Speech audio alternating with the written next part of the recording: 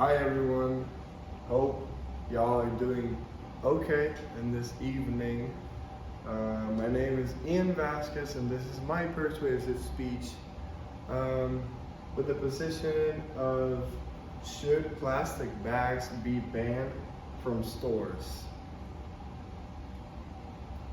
Well, let's start with a little index about the organization of the PowerPoint and how it's going to be. We start with the introduction, then a couple of questions beforehand. Of course, right now I can't have questions, but that's okay. The introduction, which is going to be like main arguments and main information about the topic. The body, which includes these three arguments, which are healthier oxygen and air, help save wildlife, reduce waste, and the conclusion, which is pretty much a synthesis paragraph of everything, and then the ending of the presentation. So, any questions beforehand? Nope. I don't see no hands, so it's okay, we can skip that slide. So, here we start with the introduction to the PowerPoint. Plastic bags should be completely banned from store because of pollution and the contamination that they cause in the world, such as forests, rivers, lakes, any type of nature, like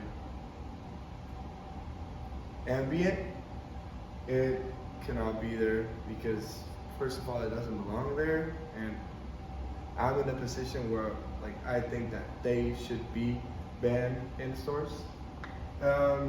Pollution and contamination are both big factors that involve the future and well-being of humankind, especially when we're talking about one of the biggest non-rotting contaminators in this planet, which is plastic, which approximately takes to decompose like 10,000 years according to researchers, which is pretty long, which is a pretty long range of time.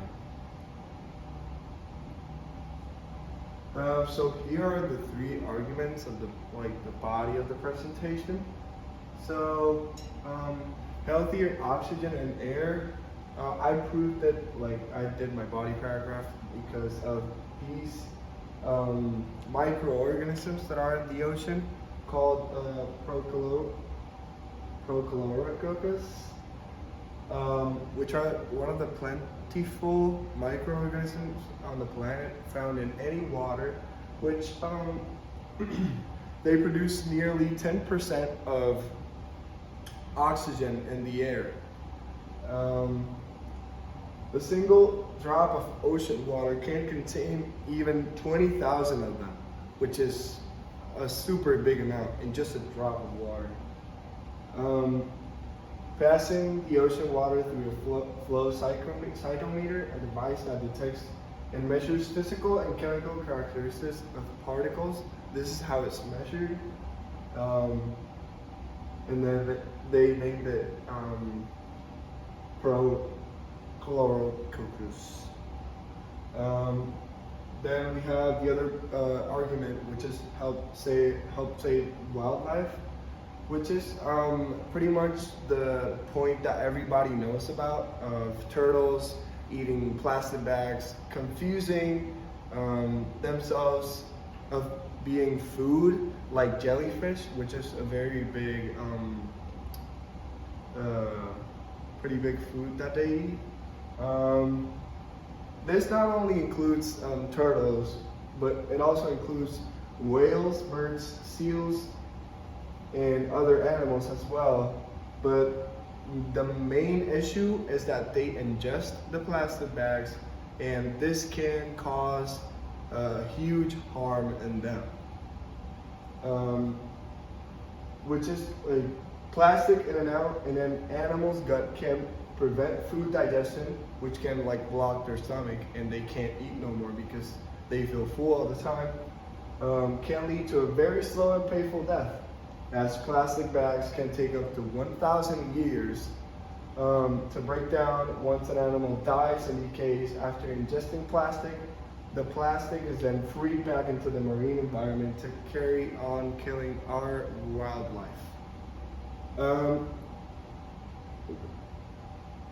The third one is reduce waste as a whole. Planet Earth right now, it's throughout history of the planet, contamination the percent of contamination has grown over the history of the planet, especially in the 21st century, which plastic and other contaminators are really big in our ambient, and even our ozone layer is dying out because of that, and a couple of other repercussions are caused to the earth by that. So here we have a little bit of statistics of USA and contamination as a whole. Americans use 100 billion plastic bags a year, which require 12 million barrels of oil to manufacture. It only takes about 14 plastic bags for the equivalent of the gas required to drive 1 mile. The average American family takes home almost 1,500 plastic shopping bags a year. So taking 1,500 shopping bags a year, the family won't even be there by the time these plastic bags decompose. And that's the major thing about plastic, that it takes so much time to decompose.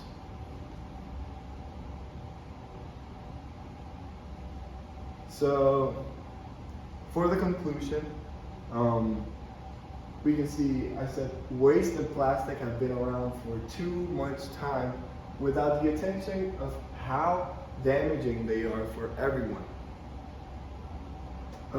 inhabiting the planet Earth.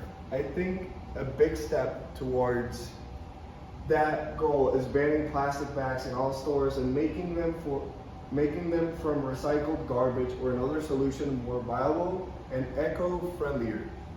The safety and durability are determined by how much we protect the earth, which is something we can't control. Like earthquakes, hurricanes, floods, all of that is part of nature and we can't control that, so we need to take care of our planet so it doesn't go to extreme measures in temperatures or harming catastrophes, natural catastrophes. Here we see in this image, we see this is Bali, and it's a pile of, they call it plastic island, which is basically an island full of plastic bags, plastic bottles, everything plastic, but it's basically like 1,500 square meter island, like literally standing in an open sea, and people can stand on it and everything, which is pretty embarrassing to see as a human, and as a human who respects earth and nature. This safety measure of recycling bags or making bags from recycled things is pretty, it's the current way of dealing with plastic in Puerto Rico. You can't take plastic bags home. They don't use plastic bags. They use recycled bags, which cost a little bit more money. You need to pay like a 50 cents for it, but it's a very, very restricting within plastic, so people don't take a lot of plastic in a year, so you can keep using those bags and not carry more in your home. So it doesn't become like a contaminator. Well, that's it for my presentation. Thank you for your time and have a great day.